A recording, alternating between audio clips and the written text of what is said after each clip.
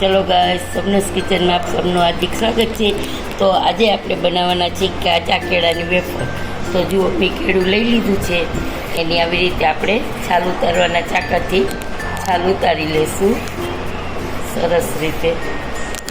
અને મેં આખા કેળા હતા ને એ બધા પહેલાં ધોઈ જ લીધા છે અને ચોખ્ખા કપડે એકદમ સરસ રીતે એને સાફ કરી લીધા છે ને પછી એ આવી રીતે આપણે છોલી લઈએ ને।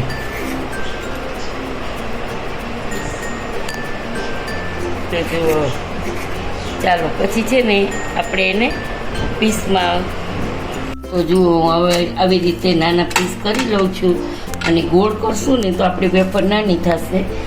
એટલે બહુ મોટા કેળા નથી એટલે ક્રોસનાય નહીં કપાય, એટલે મેં વચ્ચેથી કાપી લીધા છે અને આવી રીતે જો પતીકા પાડી લીધા છે। તો આ બતાવવા માટે એક રાખ્યું હતું, તો તમે જો જોઈ શકો છો સરસ રીતે પતીકા પડે છે। અને અહીંયા મેં તેલ મૂકી દીધું છે એટલે આપણે તરત જ તળી નાખવાની છે, નહીંતર છે ને કાળી પડી જશે। તો આજે મેં કાચા કેળા લીધા હતા તો મને ચાલો વિડીયો બનાવી નાખી, વેફર તળવાની હતી। તો એના માટે મેં છે ને અહીંયા મસાલો એ રેડી રાખ્યો છે, સંચર અને નિમક અને મરી બધું મિક્સ કરી દીધું છે। તો ગાય જો આપણું તેલ આવી ગયું છે, તો બધી પતીકા છે કેળાના અહીંયા આપણે આમાં ઉમેરી દઈશું તો એક સાથે તળાઈ જશે।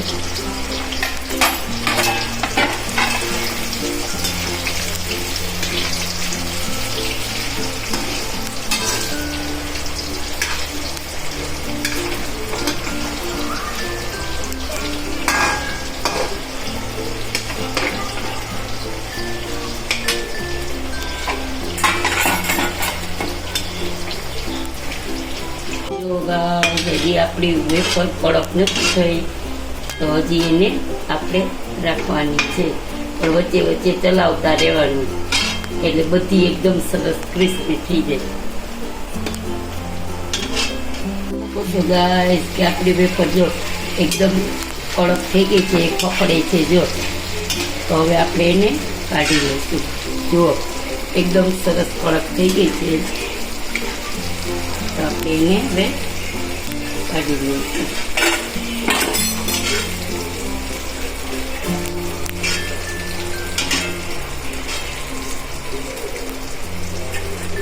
જો જોઈ શકો છો ને ખોખડે છે સરસ।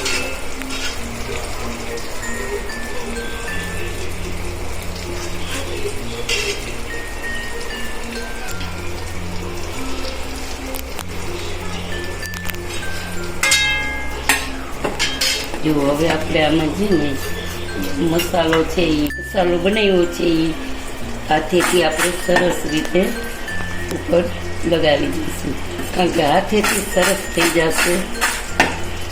તો જો કડક છે ને, જો એકદમ સરસ કડક થઈ ગઈ છે અને અવાજ આ ઉપરથી તમને ખ્યાલ આવી જાય કે આપણી વેફર મસ્ત થઈ ગઈ છે। તો જો આજનો વિડીયો, તો જો ગાઈસ આપણી વેફર કેળાની તૈયાર થઈ ગઈ છે।